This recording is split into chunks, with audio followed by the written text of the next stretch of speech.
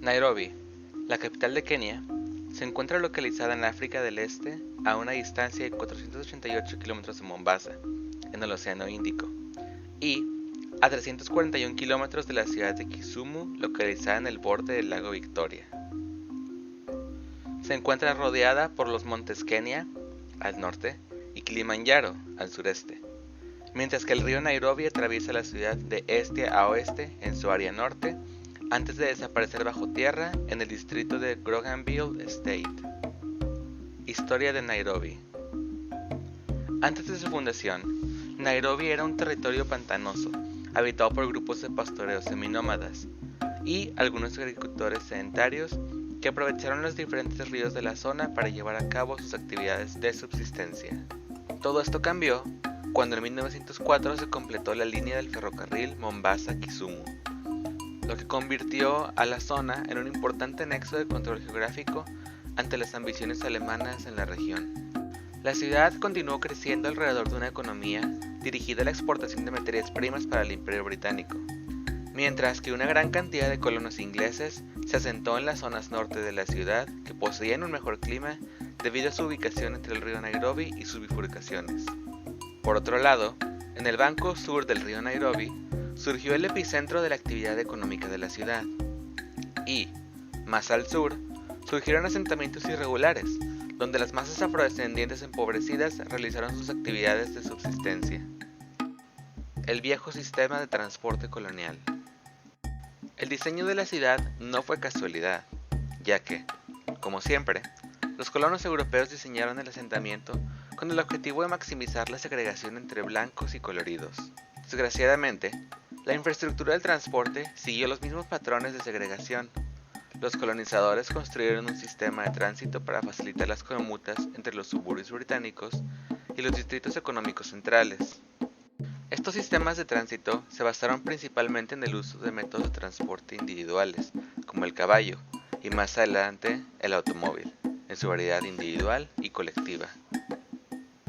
Mientras, los africanos de Nairobi, incapaces de acceder a dichos medios de movilidad debido a la legislación británica discriminatoria o carencias económicas, se vieron marginados en la red de transporte de la ciudad. La independencia de Kenia. Sin embargo, esta situación no perduró, ya que después de que Kenia obtuvo su independencia en 1963, las restricciones coloniales para vivir en Nairobi fueron eliminadas.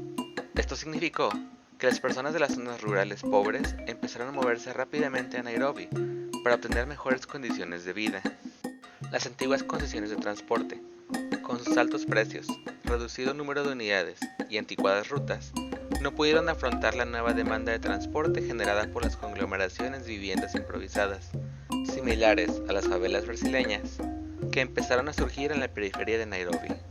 Pero, debido a la existencia de una nueva clase caudalada de africanos que se movió a los viejos suburbios británicos, no se transformó el sistema de transporte público colectivo de la ciudad, ya que, al igual que sus antecesores, estos grupos promovieron la motonormatividad. La motonormatividad, como la define el Dr. Ian Walker de la Universidad de Swansea, es la creencia de que la supremacía de los automóviles privados, de uso individual, y la infraestructura relacionada a estos, es el único método de transporte viable en una ciudad moderna. Debido a esta situación, comenzaron a surgir servicios de paratránsito, definidos como servicios de transporte de pasajeros públicos que no siguen horarios específicos y que generalmente utilizan unidades de tamaños reducidos y en malas condiciones. En Nairobi, estos servicios eran y son conocidos como matatu. Los matatu. Su nombre, que significa 30 centavos, se debe a que este era el coste inicial por un viaje a la ciudad. En sus primeras iteraciones, los matatus fueron taxis piratas dilapidados que frecuentemente eran perseguidos por la policía. Generalmente se encontraban en manos de la clase media y ofrecían oportunidades laborales a los sectores más pobres de la sociedad. Sin embargo, en 1973, esta situación cambió cuando Jomo Kenyatta, en ese entonces presidente de Kenia, reconoció la importancia de los matatu y removió todas las regulaciones establecidas. Esto generó una explosión de matatus, debido a que un 70% de la población dependía de este servicio. Los matatu actuales son muy diferentes a los de hace 50 50 años. Se ha desarrollado una subcultura urbana alrededor de las ostentosas decoraciones y gran sonido generado por la música que los conductores reproducen en sus matatus altamente modificados. Mientras que grandes sectores de la población se han beneficiado de un servicio de transporte rápido y barato que llega a las partes más marginadas de la ciudad. Sin embargo, estos cambios no han sido del todo positivos. El acoso y la violencia sexual dirigidos hacia las mujeres son la orden del día. Las unidades rara vez están diseñadas alrededor de la seguridad de los pasajeros, y las historias en las que los pasajeros de los matatus son secuestrados por externos o la misma tripulación de su unidad son frecuentes. Y, debido a la formación de carteles de matatus y la corrupción imperante en Nairobi, la gran mayoría de estos crímenes quedan impunes. Mencionar los costos ambientales y de salud que incurre al tener un número tan elevado de unidades motorizadas que no cumplen con las regulaciones ambientales más actualizadas.